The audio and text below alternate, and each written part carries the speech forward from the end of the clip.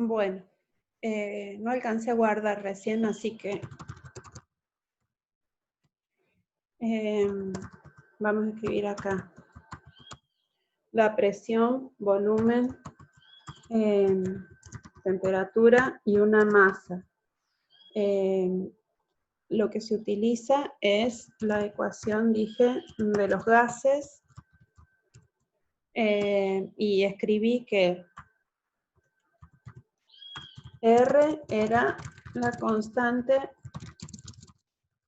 de los gases, que era 0,082,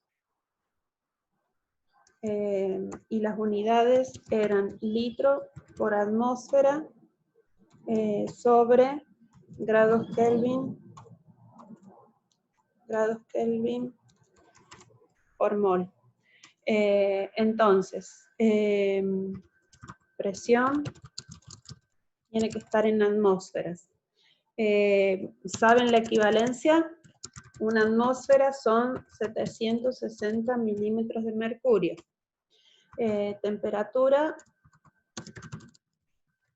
tiene que estar en Kelvin. Y dijimos, la temperatura en centígrados más 273 me da la temperatura en Kelvin. Volumen, como ven, o sea, la clave está acá, la clave se los da la constante R de los gases, y les tira, volumen va a tener que estar en litros, presión va a tener que estar en atmósferas, temperatura va a tener que estar en Kelvin. Igual a, tiene que estar en litros. Si tengo una masa, tengo temperatura, volumen, presión, y me dice que es cloruro de hidrógeno, lo que voy a poder calcular de acá son los moles que hay. Voy a poder calcular los moles.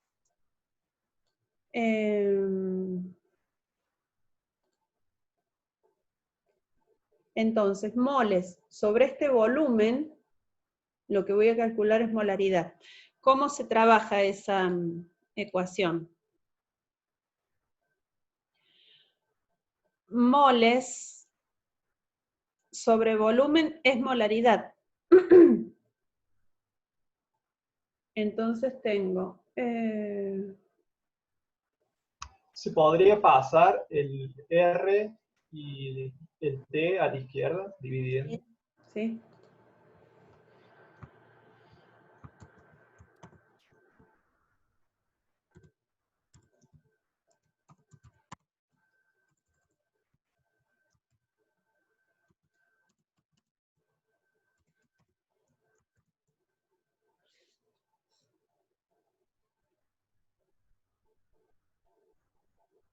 Sí.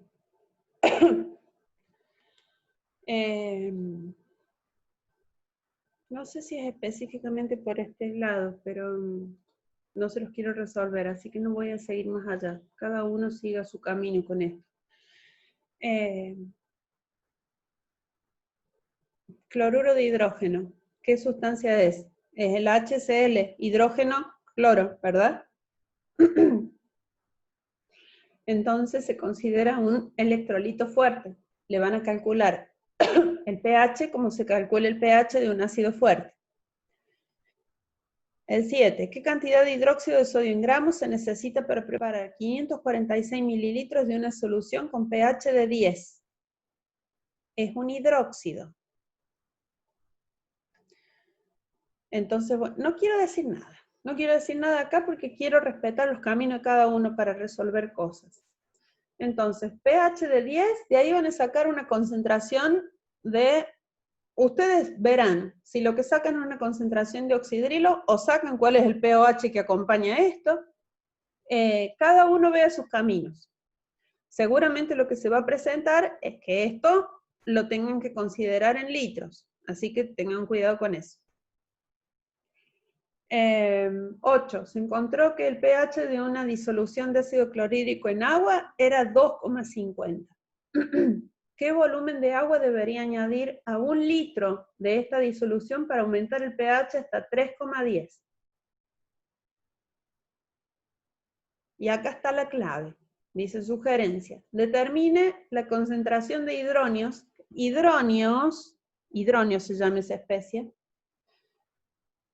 es lo mismo que el protón, o sea, el hidrógeno más, montado sobre una molécula de agua. O sea que a fin de cuentas, el hidronio es lo mismo que el protón, es lo mismo que el hidrógeno más. Es exactamente lo mismo. Determina hidronios para cada valor de pH y complete el cálculo como problema de dilución.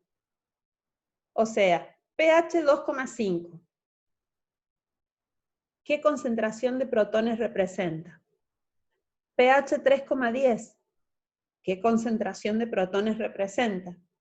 Entonces, si tengo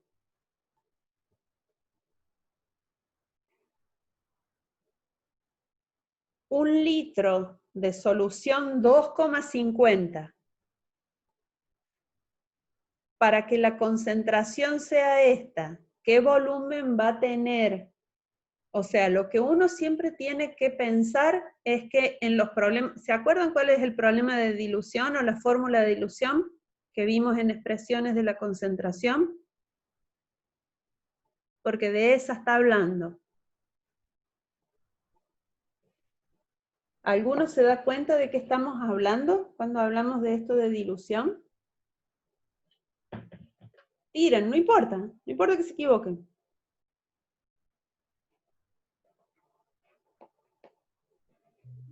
Si le agrega agua a eso. Sí, pero había una fórmula que nos servía para trabajar esto en expresiones de la concentración.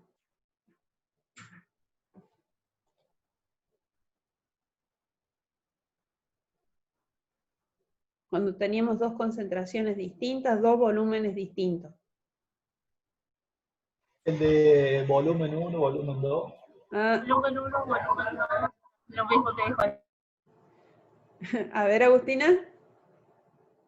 Cuando teníamos, nos daban un volumen y una concentración que podía estar en normalidad, molaridad o molalidad, y ahí despejábamos. Sí, o sea, la fórmula de dilución es concentración 1 por volumen 1 igual a concentración 2 por volumen 2. ¿Sí? Y esa concentración puede estar en molaridad o normalidad. ¿Por qué? Porque ¿en qué se asienta esa ecuación? En la realidad de que agregue yo, diluya lo que diluya, le agregue agua, no le agregue agua, los moles de soluto siguen siendo los mismos. Solo que si le agrego más solvente, la concentración va a ser menor, pero los moles se siguen manteniendo. Cada vez que yo multiplico molaridad por volumen, estoy anulando el denominador de la molaridad, porque molaridad es moles sobre volumen. Entonces, al multiplicar por volumen, con lo que me quedo es solo con los moles. ¿Sí? Y en el caso de la normalidad, si multiplicara normalidad por volumen, con lo que me quedo es con equivalentes. ¿Y qué son los equivalentes? Y es presencia de soluto. Que si le aplico el peso equivalente y toda esa vuelta que tiene la molaridad, llego a una masa. Finalmente llego a una masa de soluto. Llego a una presencia de soluto. Tengo 3 granos de soluto, bueno, de esos 3 granos de soluto está hablando cuando multiplico molaridad por volumen. ¿Y qué pasa? Si yo tengo 3 granos de soluto en 1 litro de agua, va a ser una concentración, pero van a ser los 3 granos. Y si tengo 3 granos de soluto en 100 litros de agua, la concentración va a ser otra. Y voy a poder decir que los 3 granos de soluto y no son casi nada en esos 100 litros de agua. Voy a decir que la solución está rediluida. El valor de la concentración me va a recambiar, se va a hacer re chiquito. Pero los 3 granos siguen siendo los 3 granos, ¿sí? En esa realidad se basa la fórmula de dilución. En que cambie yo la manera de verlo y cambie mi percepción, porque ahora paso de tener una solución que cuando eran los 3 granos en 1 litro llamaba, qué solución concentrada, y ahora los 3 granos en 100 litros de agua es, qué solución diluida. aunque cambie mi percepción, los 3 granos siguen siendo los 3 granos. Por decirlo de manera sencilla y con palabras que puedan entender, ¿sí? Ese es el fundamento de la fórmula de dilución. Bueno, entonces, teniendo en cuenta eso y esa fórmula, hay que afrontar el problema 8. Problema 9. El hidróxido de calcio, que es la cal apagada, es la base fuerte más barata y es la que se utiliza generalmente en las operaciones industriales que no necesitan concentraciones altas de oxidrilos. El hidróxido de calcio sólido es poco soluble en agua. Solo 0,16 gramos de hidróxido de calcio en 100 mililitros de solución. Eso es lo que se disuelve. Eso es lo que logra ionizarse. O sea, cuando ustedes hacen la ionización del hidróxido de calcio, para liberar un catión calcio y 2 aniones oxidrilos, la concentración que está en juego es esa. 0,16 gramos de soluto en 100 mililitros de solución. Para llegar a calcular pH, ¿en qué unidad tiene que estar la concentración? Molaridad. Molaridad. Entonces, ¿cuáles son las claves de este ejercicio? Hacer bien la ionización. Fíjense que tiene un 2 el oxidrilo. Entonces, fíjense qué va a pasar con la concentración. Segunda cosa importante que tiene, pasar esa concentración, así como está expresada, a moles de soluto en 1 litro de solución. Entonces, hacer los cálculos necesarios hasta llegar a obtener molaridad. Y una vez que tengo eso, ver qué voy a sacar de esa ecuación. Fíjense que lo que arroja en solución son 2 oxidrilos, entonces va a ser 2 por la molaridad que haya obtenido. Y ese 2 por la molaridad va a ser de oxidrilos. Entonces, ¿qué camino voy a recorrer a partir de una concentración de oxidrilos hasta obtener pH? Eso forma parte de lo que han estado ensayando en los problemas anteriores. El 10. El 10 creo que ya hablé bastante sobre eso al principio. Primero, se afronta como un problema de estequiometría, de reactivo limitante y reactivo en exceso. Y como estuve explicando recién, lo que quede en exceso, expresado en moles, sobre el volumen final este que dice acá que es de 5 litros, me va a determinar una molaridad de sustancia que quede en exceso. Esa sustancia que queda en exceso hay que ver si es el ácido o es el hidróxido. Entonces, vamos a ver qué es lo que está arrojando a solución. Si protones u oxidrilos. Dependiendo de qué sea, cuál sea la que queda en exceso, veremos cómo empezamos a calcular pH. Inténtenlo. 11. Calcular el pH de una solución 0,01 molar de un ácido monoprótico cuya Ka tiene este valor. Si el ácido tiene constante, ¿qué significa? ¿Que fue reacción reversible o irreversible? Reversible. Reversible. Hay disociación parcial y el electrolito es fuerte o débil. Débil. Débil. Entonces, acá es donde vuelve esto que estuvieron viendo en equilibrio químico en el ejercicio 12 o 13. ¿Me esperan un momentito? Porque tocaron el timbre, yo no esperaba a nadie, pero en una de esas es algo importante. ¿Me pueden esperar un segundito? Sí, profe. Bueno, muchas gracias.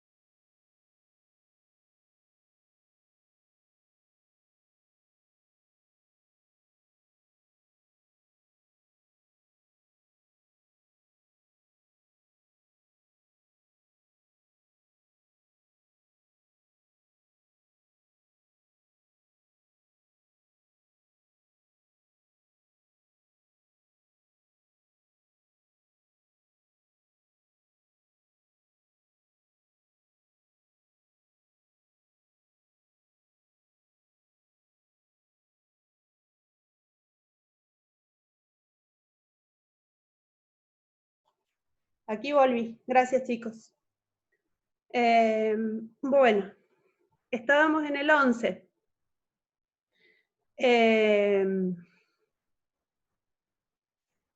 Si tiene Ka, entonces, ¿por qué se llama Ka esto? Porque es constante de disociación ácida.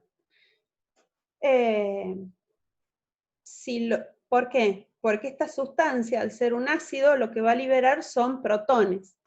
Por liberar protones, consideramos que es un electrolito ácido, o sea, es una sustancia ácida y por eso lo que tiene es Ka. Entonces, esta Ka lo que está controlando, calibrando, es una liberación de protones. Entonces, ¿qué dice acá la nota? Para el cálculo de la concentración de protones, usar las dos ecuaciones conocidas para ácidos débiles. Comparar los resultados. ¿Por qué dice las dos ecuaciones conocidas para ácidos débiles? Porque, ¿qué pasa? Cuando ustedes hagan, obviamente para el cálculo de electrolitos débiles, vamos acá.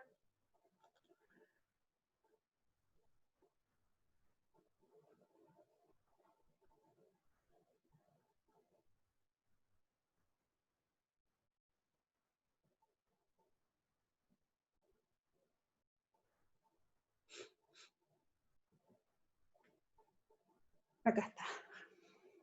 Página 27 de la teoría. Acá tienen un ejemplo de cómo se trabaja este ejercicio. Plantean la ionización, escriben la expresión de la constante de disociación. Muy importante que sepan que la concentración de las especies que está acá adentro de la expresión de la constante es la de las concentraciones en el equilibrio, exclusivamente en el equilibrio. Entonces, a nosotros nos dan una concentración inicial.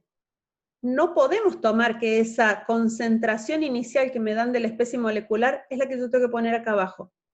No, para nada, porque es la concentración en el equilibrio. ¿Y qué pasa? Yo solo sé lo que pasa al inicio. En el inicio, yo tengo que, me dieron esto, una concentración inicial. Y en el inicio no hay especies ionizadas. En el momento de cambio, cuando esto experimenta su realidad, y que es que una parte de la forma molecular puede pasar a la forma ionizada, pierdo una fracción de fórmula molecular, ¿cómo expreso matemáticamente el perder? Restando. Y en la misma proporción que perdí forma molecular, aparece forma ionizada.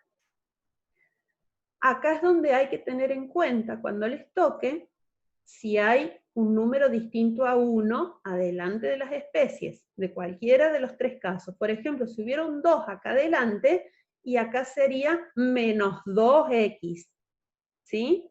Así que por eso hay que partir de ecuaciones bien formuladas y balanceadas. Entonces, en el momento de cambio, se pierde una fracción que no conozco. ¿Por qué? Porque la fracción que se vaya a perder y generar de esto me lo va a regir y me lo va a determinar el valor que tenga la constante. Entonces, como ahora no lo sé, lo pongo como un número desconocido. Solo sé que desaparece algo de esto, y aparece de esto, y aparece de esto. Y el momento de equilibrio, ¿cómo se forma? Se forma por la suma de inicio más cambio.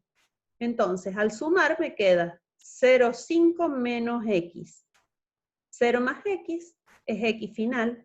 0 más x es x final. Entonces, las concentraciones en el equilibrio están dadas por esta última línea, por la línea E de la tabla ICE. Entonces, estas concentraciones son las que tengo que utilizar adentro de la expresión de la Ka. Entonces, concentración de protones es X. Concentración de aniones fluoruro es la X. Entonces queda x por x. Por eso dice x cuadrado acá arriba. Y concentración de fórmula molecular del ácido fluorhídrico, ¿cuál es? 0,5 menos x. 0,5 menos x. Acá es donde viene eso que dice el enunciado del problema. Compare la fórmula compare el resultado usando las dos fórmulas conocidas. Las dos fórmulas conocidas a las que se refiere son estas dos que están acá. Una es esta, que ¿qué pasa? Cuando yo despejo x, me encuentro con que subo este denominador, lo subo multiplicando acá. Me genera dos términos. Uno que no tiene x y otro que tiene x en primer grado. Y de este lado tengo x en segundo grado. ¿Cómo conozco yo el valor de x en una ecuación que tiene x en segundo grado? Es una ecuación cuadrática. ¿Cómo resolvemos una ecuación cuadrática? ¿Cómo sacamos el valor de x en una ecuación cuadrática? ¿Se acuerdan? Con la fórmula. Con la fórmula de ecuación cuadrática, la del discriminante.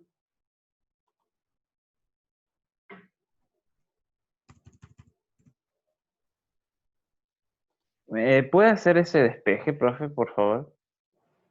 Bueno. Si no es mucho molestia. Por ejemplo, dijo que teníamos K igual a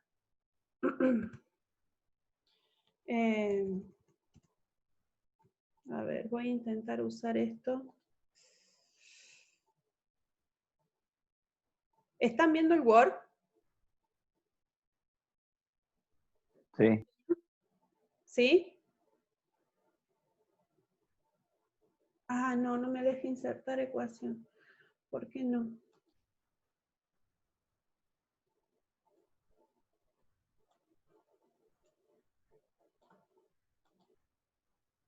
No me deja.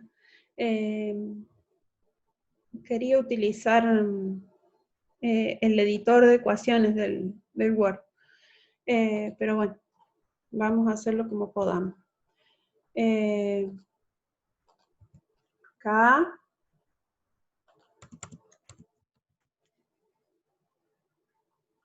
No, lo vamos a hacer acá. En la pizarra.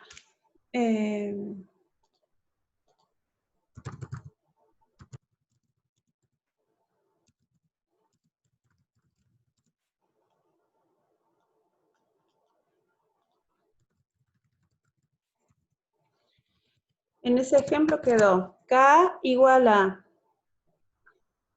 X al cuadrado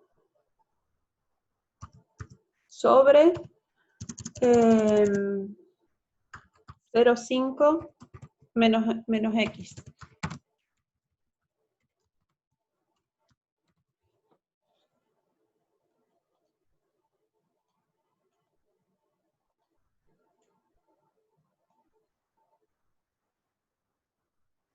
Así quedó, ¿verdad? Entonces, ¿cómo despejo? Este 0,5 menos X se va multiplicando a este otro lado.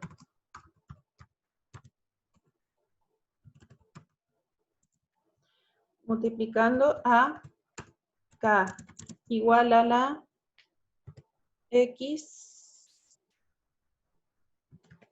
al cuadrado. ¿Qué pasa acá? Distribuyo. 0,5 por Ka menos X por Ka igual a X al cuadrado. Para poder despejar una ecuación cuadrática,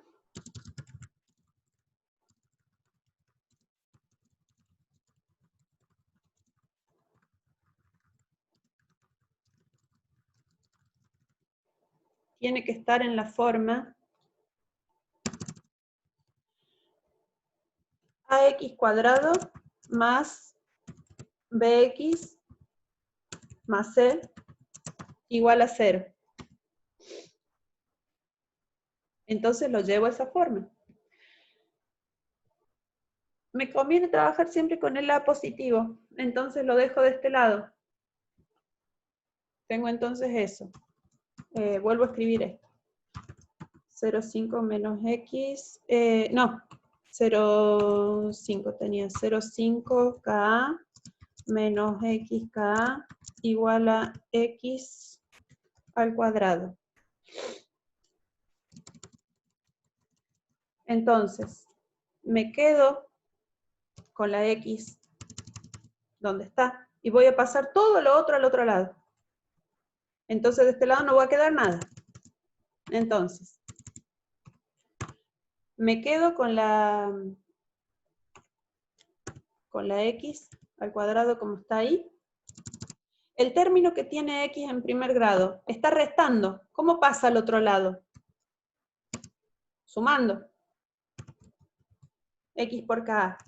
Y el independiente, el que no tiene x, estaba con un signo delante. ¿Qué signo tiene? Si no le veo signo. Positivo. Entonces pasa con signo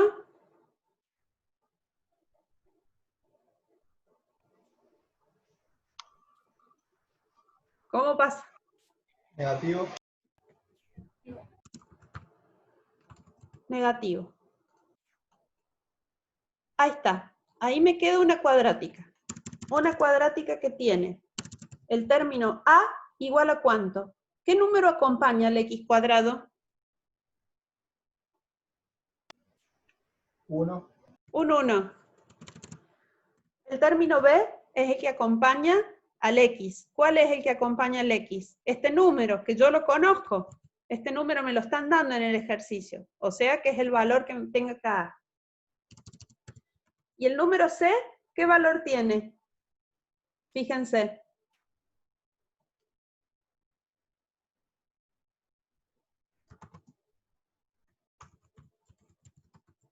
Es todo eso. No pierde el signo, ¿sí? Porque para que responda esta suma, para que yo pueda colocarlo de esta manera, debo considerarle como parte suya al signo que lo acompaña.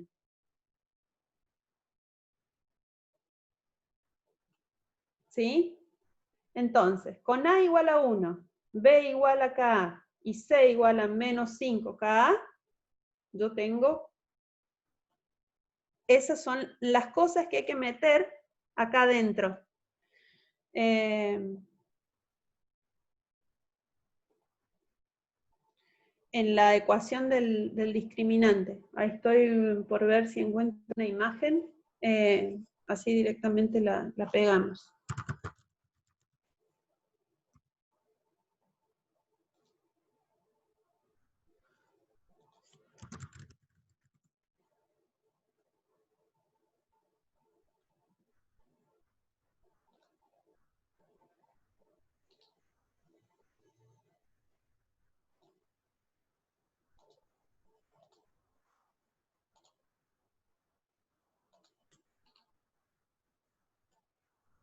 No me deja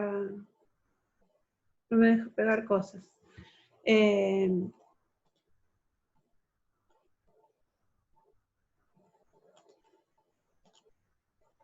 el discriminante es esto. ¿Están viendo acá mi pantalla de internet?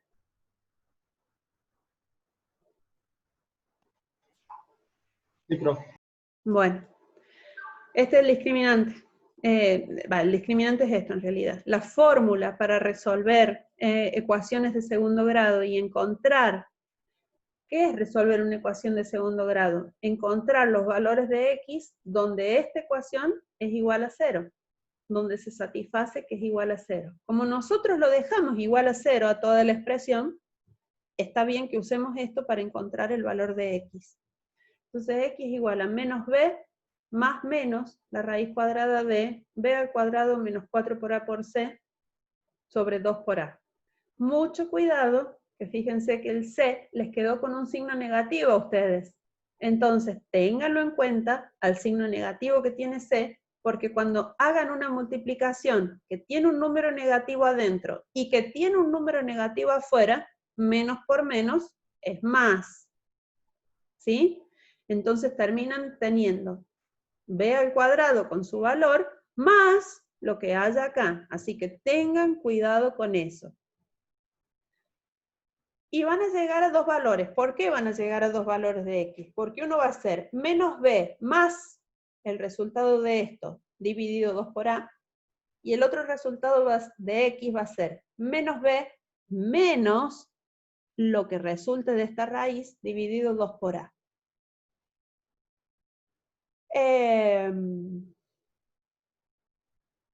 Y eso va a llevar a dos resultados de x distintos. En ese caso, lo que tienen que recordar y no perder de vista es que están calculando ustedes. Cuando ustedes están calculando esto, lo que están calculando, la x que están calculando, el valor de x al que van a arribar, ¿qué es? Es una concentración de algo. Es una existencia de algo. Una existencia de protones o una existencia de aniones fluoruro, ¿puede ser negativo? ¿Qué les parece?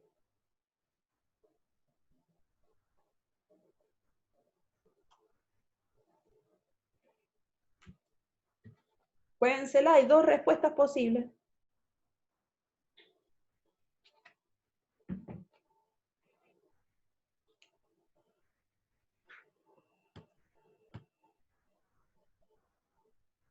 Chicos. No, profe, no puede ser negativa la concentración.